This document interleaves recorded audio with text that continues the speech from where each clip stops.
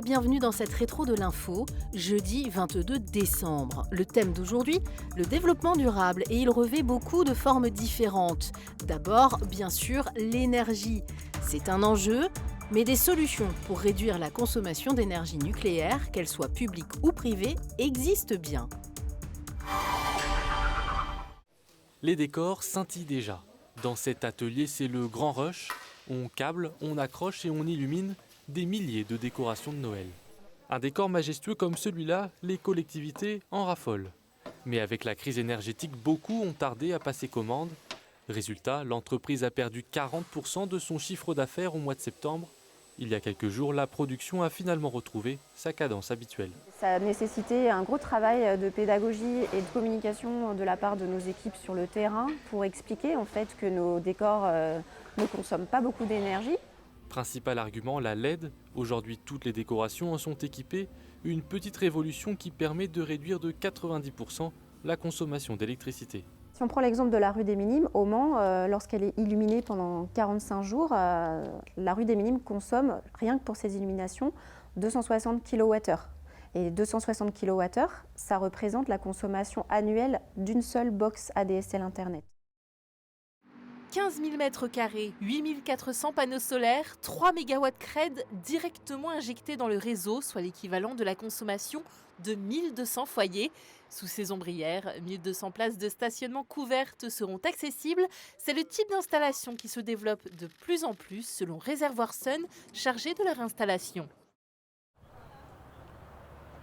Ici, on l'appelle le tracker, un panneau solaire géant bourré de technologies capable de fournir toute l'énergie dont cette entreprise a besoin.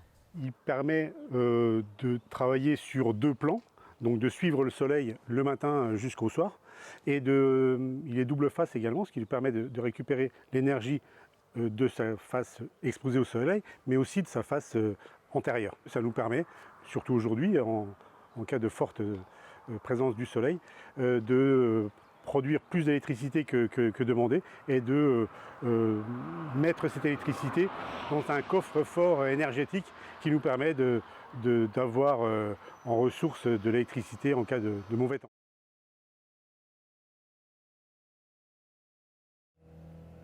Ce bâtiment est utilisé par les associations de la Chapelle d'Aligné. Sa particularité, un système de chauffage encore assez peu répandu, la géothermie sur sonde. Direction la zone technique de l'installation, qui n'est que la partie émergée de l'iceberg. Donc le principe est relativement simple. On a 3 sondes extérieures qui ont été fourrées dans le sol, environ 50 mètres de profondeur, voire 80 mètres. On va envoyer un fluide dans ces sondes-là et aller récupérer la chaleur du sol. Ce fluide remonte quelques degrés, il arrive ici et l'énergie qui a été récupérée dans le sol est amplifiée par la pompe à chaleur. Cette installation a coûté 35 000 € et a été financée grâce à un contrat entre le département et l'ADEME. Une enveloppe de 3 millions d'euros est prévue pour développer en Sarthe des installations de chaleur renouvelable. La géothermie en fait partie, tout comme la chaufferie au bois et le solaire thermique. La question des mobilités est centrale elle aussi, et pas toujours simple à mettre en œuvre, comme cet exemple de covoiturage à la flèche qui n'a pas encore trouvé ses usagers. Mais de nombreuses initiatives voient le jour un peu partout dans notre département. Prendre sa voiture pour se déplacer, c'est encore le réflexe de nombreux habitants de Connerré. Pourtant, le maire compte bien convaincre ses administrés de passer à la marche ou au vélo. On pourrait penser que c'est utopique. Alors nous, notre objectif, c'est vraiment de travailler sur les déplacements courts. Effectivement, pour les déplacements plus longs, on est en milieu rural, pour aller travailler, les gens utilisent leur voiture. Donc là, on vise surtout les déplacements les plus courts, ceux qui sont les déplacements quotidiens vers les commerces, vers les écoles. Pour l'instant, la ville possède très peu de pistes cyclables et de voies piétonnes, mais plusieurs devraient bientôt voir le jour, comme ici, sur cette ancienne ligne de chemin de fer. Avec l'aide d'un cabinet spécialisé, la mairie a lancé une enquête pour mieux cerner les besoins de la population. 150 personnes ont déjà été interrogées et l'une des attentes principales, c'est la création d'espaces sécurisés, notamment pour les vélos. On pense que si les gens n'utilisent pas plus le vélo, c'est aussi parce que les infrastructures ne sont pas adaptées.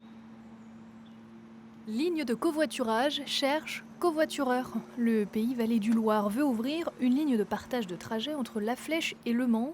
Oui mais voilà, peu de candidats se sont portés volontaires et le projet reste pour l'heure au stade expérimental. Donc ce sont la communauté en fait qui a choisi la ligne La Flèche-Le Mans. Et à partir de là, effectivement, on a eu un nombre d'inscrits sur cette ligne. Donc on est à plus de 80 inscrits. Et on a relancé ces personnes, on les a appelées, on a communiqué, etc. pour savoir les raisons. Et majoritairement, effectivement, il s'agit du télétravail qui fait que du coup, une grande partie des personnes ne pratiquent pas quotidiennement le trajet. C'est un véhicule que les habitants du Mans s'approprient peu à peu. Voilà 9 mois que la Mancelle circule dans les rues du centre-ville, tout en silence et en électrique. L'effet curiosité passé, la CETRAM estime que le bilan est plutôt positif. On a chaque jour entre 150 et 160 voyages qui sont effectués avec la Mancelle, avec un public assez hétérogène, à la fois des élèves, à la fois également des actifs qui vont d'un site à l'autre du centre-ville, et puis des personnes qui se baladent, qui font des courses, des personnes un peu plus âgées aussi qui ont des difficultés à se déplacer.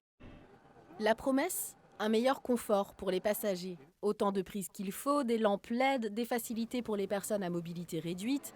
Déjà 4 rames de TER électriques circulant sur le réseau Pays de la Loire ont été rénovées, avec aussi des améliorations écologiques qui ne se voient pas. Les nouveaux composants sont recyclables, ça c'est quand même très important. On fait aussi du tri sélectif sur plateforme, donc dans le train. Et puis il y a aussi un sujet sur les fluides qui sont recyclables beaucoup plus qu'avant. Pour tout ce qui est huile notamment, ça consomme pas mal d'huile quand même ce genre d'engin. Peu de bruit et pas d'émissions polluantes. Et pourtant on est bien sur le circuit du Mans. C'est ici que Volvo Trucks dévoile sa gamme de camions 100% électriques. Leur production a été lancée en Suède il y a 2 jours.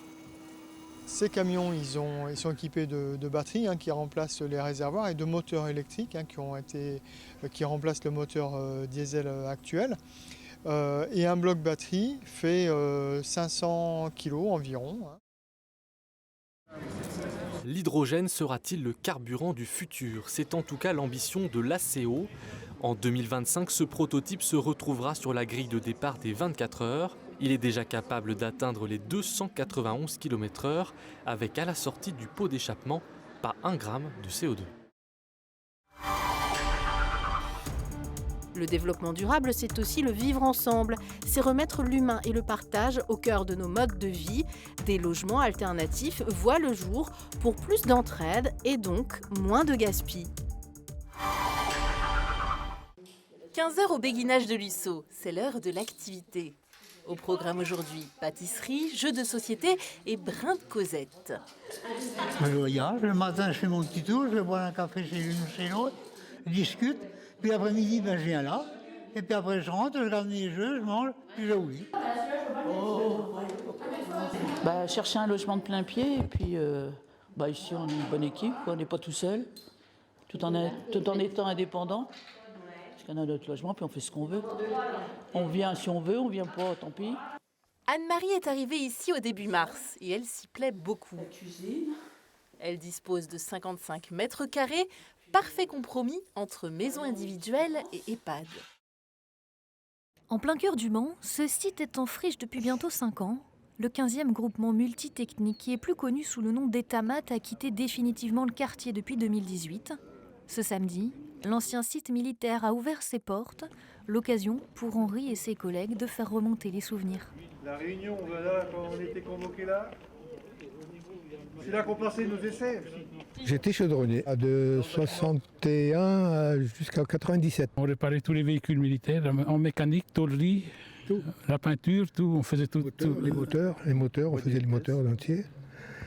Maintenant, c'est tout en friche. Car ici, Le Mans projette de faire sortir de terre un écoquartier 7 hectares à haut potentiel en pleine ville. Aujourd'hui, notre souhait, c'est d'arrêter de construire à la campagne. Ça signifie qu'il faut reconstruire la ville sur elle-même. Vous êtes sur un espace qui est complètement minéral, bétonné, qu'il va falloir aujourd'hui donner plus de place au végétal et y construire un nouveau quartier en plein cœur de ville. Enfin, nous, consommateurs, devenons acteurs de la défense du bon et du local. Nos reportages nous l'ont montré toute cette année.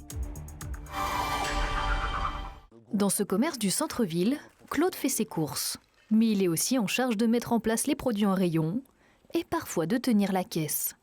Ici, nous sommes dans la boutique coopérative de l'association des fourmis sartoises, un concept qui a su séduire et trouver des fidèles comme Eliane.